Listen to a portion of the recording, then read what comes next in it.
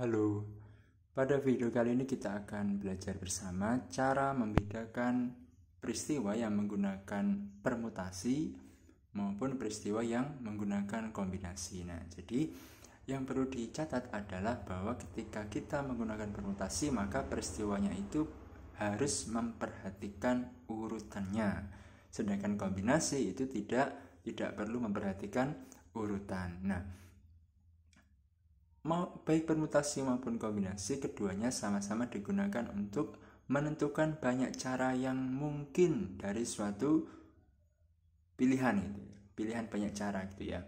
Nah, untuk permutasi itu rumusnya seperti itu. Jadi NPR sama dengan N faktorial per N min R faktorial. Jadi nilai R-nya itu harus kurang dari N. Jadi ketika kita memilih sesuatu itu, misalkan ada 5, kemudian kita ambil 2. Nah, 2-nya itu harus kurang dari 5 ya, tidak boleh lebih dari 5. Demikian juga dengan kombinasi, kita menggunakan NCR, rumusnya hampir mirip ya, cuman di sini ada N faktorial per R faktorial baru dikali N min R faktorial. Nah, sehingga dapat disimpulkan bahwa nanti jawaban yang kombinasi itu pasti lebih sedikit daripada yang permutasi gitu ya.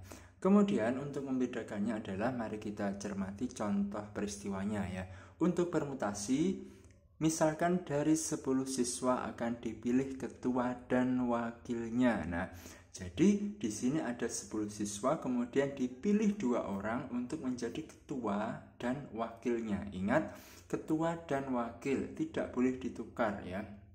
Misalkan dari 10 siswa itu ada orang yang bernama Budi dan Doni. Nah, ketika Budi menjadi ketua, kemudian Doni menjadi wakilnya, itu akan berbeda dengan ketika Doni menjadi ketua dan Budi sebagai wakilnya. Nah, itu yang dimaksud memperhatikan urutan. Jadi seperti itu. Nah, kemudian untuk contoh peristiwa yang kombinasi adalah dari 10 siswa akan dipilih 2 siswa untuk mewakili lomba tenis meja. Nah, misalkan yang mewakili itu Budi dan Doni.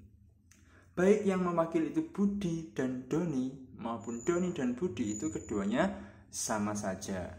Jadi tidak ada urutan yang perlu dipertimbangkan. Jadi yang penting 2 siswa itu ikut. Jadi bedanya seperti itu. Nah, untuk permutasi itu dibedakan siapa yang jadi ketua, siapa yang jadi wakil.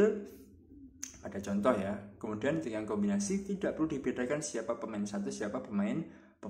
Nah, hasilnya sama saja. Nah, kemudian untuk contoh yang permutasi, maka kita menggunakan NPR. Nah, N-nya itu 10 atau banyak siswanya. Kemudian R-nya itu 2. 2 itu yang dipilih yaitu ada 1 wakil dan 1 ketua dan 1 wakil, sehingga ada 2 siswa gitu ya. Sehingga NPR-nya sama dengan 10P2. 10 faktorial per 10 min 2 faktorial. Sehingga didapatkan 10 faktorial per 8 faktorial, itu nanti ada 90 cara untuk memilih ketua dan wakil dari total 10 siswa itu. Nah, kemudian sedangkan untuk kombinasinya yaitu NCR 10C2 yaitu 10 faktorial per 2 faktorial kali 10 min 2 faktorial.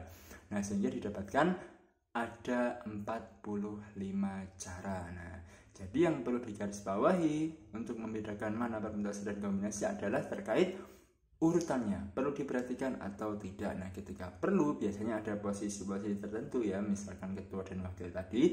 Kemudian kalau tidak perlu ya siapapun yang jadi tidak usah diurutkan dan tidak perlu urutan, itu nanti harus menggunakan kombinasi. Nah, kira-kira sekian, semoga bermanfaat.